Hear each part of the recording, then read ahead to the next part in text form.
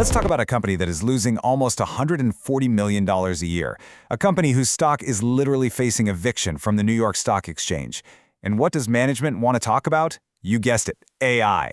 This is a structure under some serious stress. Welcome to Iron Financial. We're the show that helps you forge a stronger portfolio by putting companies just like this one through the fire. Our job is to cut through all the market noise to find out what's solid and what's about to shatter into a million pieces. Today, we're running a full structural stress test on Skillsoft, ticker SKIL. So the big question we have to answer today, the one you should be asking yourself, is really simple but absolutely critical. Is Skillsoft some kind of high-tension spring, coiled up and ready to explode higher the second they fix what's obviously wrong? Or is this just another broken company, a classic value trap, all dressed up in the fancy language of a turnaround? Yeah, okay, let me jump in here. I'm the market skeptic, and it's my job to call out the hype. And frankly, I've heard this exact story 1,000 times. Oh, we're transforming. We're streamlining operations. We're focused on the future. You know what that usually means? It means the present is an absolute train wreck. So before we start hearing about the magic of AI, I want to know if the foundation of this company is built on solid iron or if it's just crumbling concrete. And that is exactly what we're going to do. That's why we're running the stress test. We're going to tear this company down to its studs. First, we're going to examine the cracks. We're talking about the headline numbers that have everybody spooked. Then, we'll stare into the abyss, the existential threat of facing delisting. From there, we got to isolate the problem, what we're calling the dead weight that's dragging this whole thing down. After that, we'll test the strength of the profit engine, the part of the business that's supposed to be holding it all up. Then we'll look at the shiny new toy they're talking about, their AI products, and ask the tough question, is it hype or is it hope? And finally, we're going to weigh all the evidence and deliver the iron verdict. Let's get to it. Okay, let's get right into it. We're starting at the top, looking at the most obvious cracks in the facade. You know, you can't really understand if a building is sound until you assess the surface damage. And believe me, with Skillsoft, the damage is pretty significant. It's impossible to ignore. We have to figure out just how bad the bleeding is before we can even begin to talk about a recovery plan. So, just take a look at the data right here. For their full fiscal year 2026, total revenue landed at $512.7 million. Now, that's down about 3.5% from the $531 million they pulled in the year before. Look, a revenue dip isn't great, but it's not always a nail in the coffin. The real five-alarm fire is on that second line, the GAAP net loss. And GAAP, that stands for Generally Accepted Accounting Principles. That's the real number, folks. No adjustments, no smoke and mirrors. It's the official audited bottom line. And that number, well, it didn't just stay bad, it got significantly worse. They burned through almost $140 million for the year. That's up from a loss of about $120 million the year before. You're looking at a nearly 15% increase in the speed at which this company is burning cash. Okay, can we just pause on that for a second? I have to boil this down from accounting jargon into plain English. It's this simple. The company is losing more money on less revenue. Read that again. That is the literal definition of a broken business model. This is not a small leak in the pipes. This is the main waterline bursting through the foundation. Every single dollar of revenue that vanishes is actually making their losses bigger. The entire financial trajectory is pointed straight down. Honestly, this one sentence tells you almost everything you need to know about the immense pressure this company's under. And speaking of pressure, if you think those numbers were bad, we're just getting warmed up. Look, a bad earnings report is one thing. Companies miss their numbers all the time, it happens.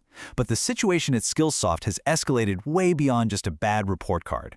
We are now talking about an existential threat, a direct challenge to its very status as a publicly traded company.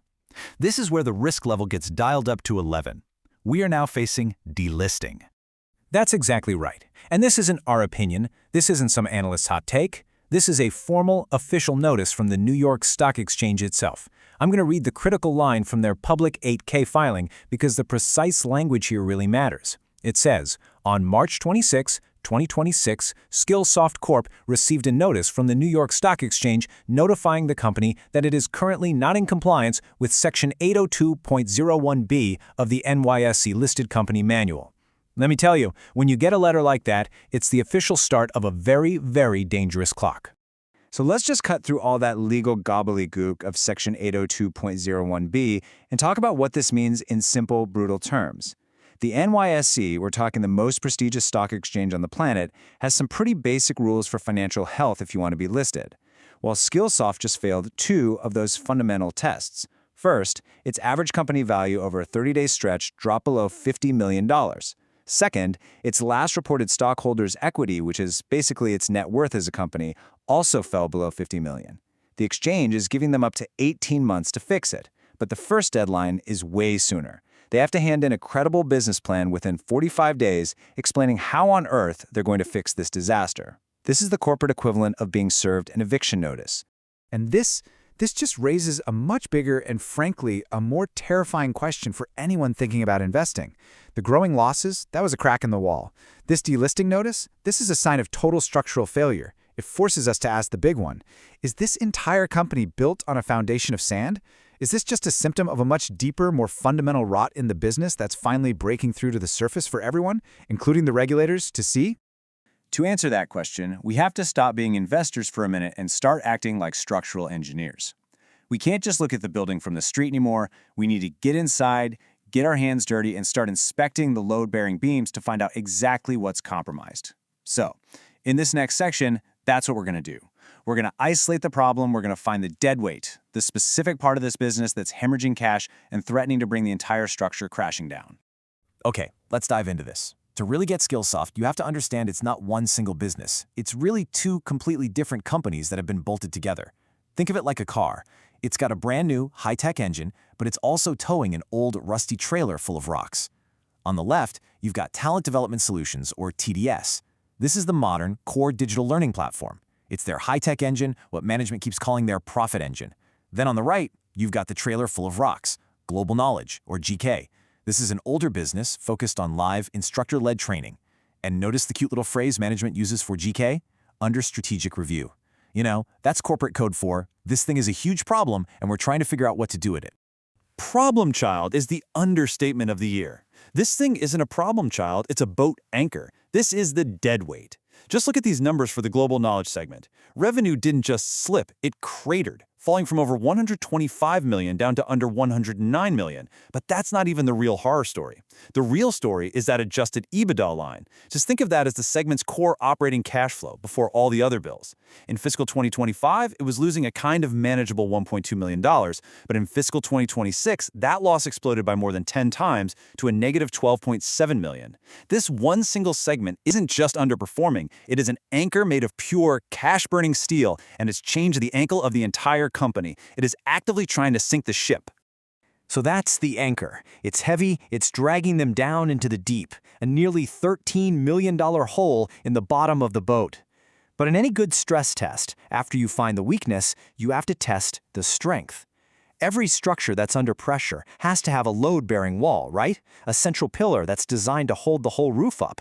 For Skillsoft, that pillar is supposed to be the TDS segment.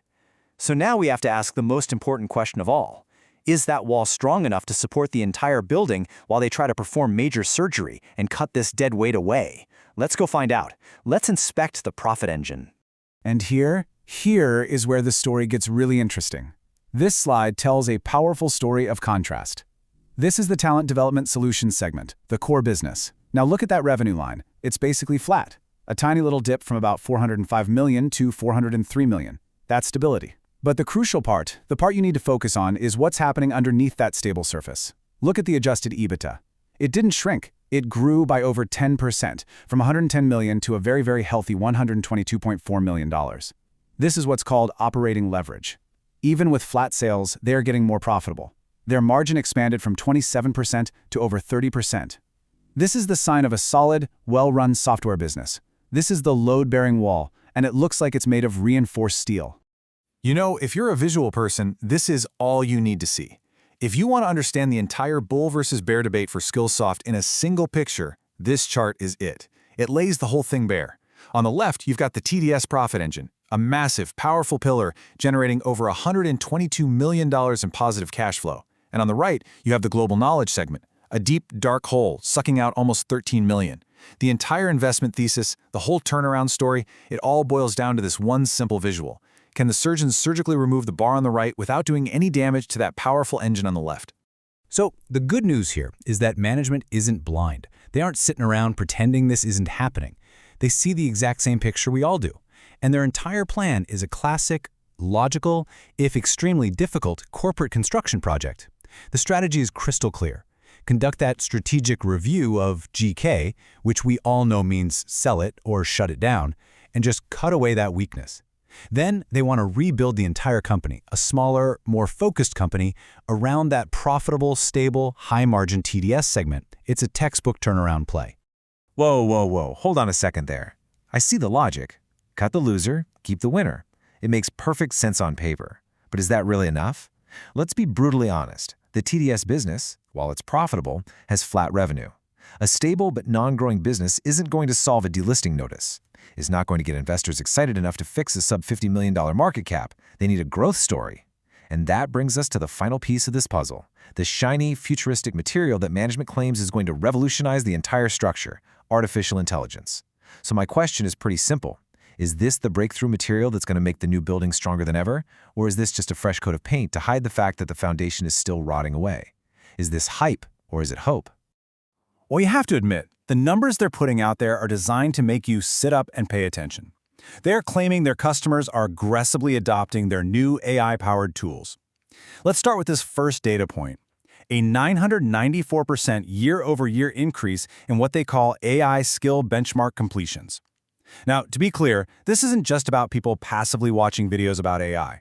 This means employees at their client companies are actively using Skillsoft's platform to formally test and certify their AI skills. That is a powerful indicator of deep engagement. It suggests this is active upskilling, and it's about companies paying Skillsoft to validate that their people are actually competent.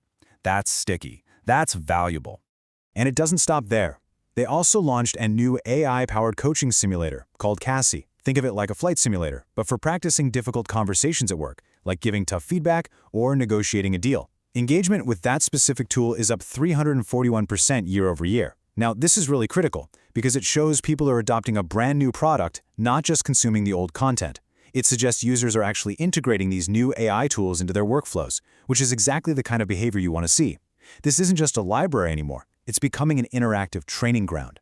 And finally, there's a more general but still really impressive metric, a 261% year-over-year jump in overall AI content completions. So when you put these three data points together, certifications up almost 1,000%, the new simulator usage up over 300%, and general content completions up over 250%, management is building a pretty compelling case that this isn't just empty hype. The hope here is that this powerful demand for their new AI tools is the missing ingredient. It's the high-octane fuel that can finally restart the growth engine in that otherwise stable TDS business and make it a compelling investment all by itself. Okay, time out. Hit the brakes. Those are some beautiful numbers. They look fantastic on a slide. They really do. But I have one simple, brutal question. How does this fix a $140 million GAAP net loss? How does any of this, right now, today, solve an active delisting notice from the New York Stock Exchange? For now, these are vanity metrics. They're interesting, they point to some potential down the road, but they have not shown up on the top line as revenue or on the bottom line as profit. And until they do, it's just a story. It's a compelling story, I'll give them that, but it is not a solution to the immediate 5 alarm fires that are burning this company to the ground. And that right there, that is the perfect question to bring us to our final conclusion. You've just hit on the core tension of this entire investment case. We've examined the cracks on the surface, we've gone inside and isolated the dead weight of the GK segment, we have stress-tested the profitable TDS engine, and we've kicked the tires on the new AI material. So now it is time to bring it all together, to weigh all the evidence, and to deliver the final verdict on the structural integrity of this investment. It's time for the iron verdict. Is Skillsoft actually built to last? The bull case. The argument that this is a huge opportunity, it's clear and it's logical. It is built on the foundation of that strong, highly profitable TDS core, which has expanding 30% plus margins. It has a huge catalyst in potentially jettisoning the cash-burning GK segment, and it has explosive growth in AI engagement, suggesting a future growth driver. And don't forget, they did generate $27 million in positive free cash flow in the fourth quarter, a sign that the core business can generate cash. But the bear case, the argument that this is a trap, is about the immense, immediate, and potentially fatal pressures on that very foundation. Those GAAP net losses are not a minor problem, they are severe, and they are getting worse. The delisting risk isn't some far-off threat. It is a formal notice from the NYSE that could crush the stock, and the execution risk of selling GK is massive. What if they can't find a buyer? And as I've been saying, all that great AI engagement has not yet turned into a single dollar of new revenue to fix that $140 million loss. The risk of a total structural collapse here is very, very real. So, we leave you with that. The structure is clearly under extreme duress. At the end of the day, the final question that you as an investor have to answer is this. Are you looking at a company that is in the middle of forging a new, stronger foundation by cutting away its weakest part and reinforcing its profitable core with a new, high-growth material? Or is the entire structure simply crumbling under the unbearable, immediate weight of its massive financial losses and its regulatory burdens? That is the stress test. That is the decision every investor has to make for themselves. Quick disclaimer, everything I share is for entertainment and informational purposes only. I'm not a financial advisor, so please do your own research or talk to a professional before making any moves with your money.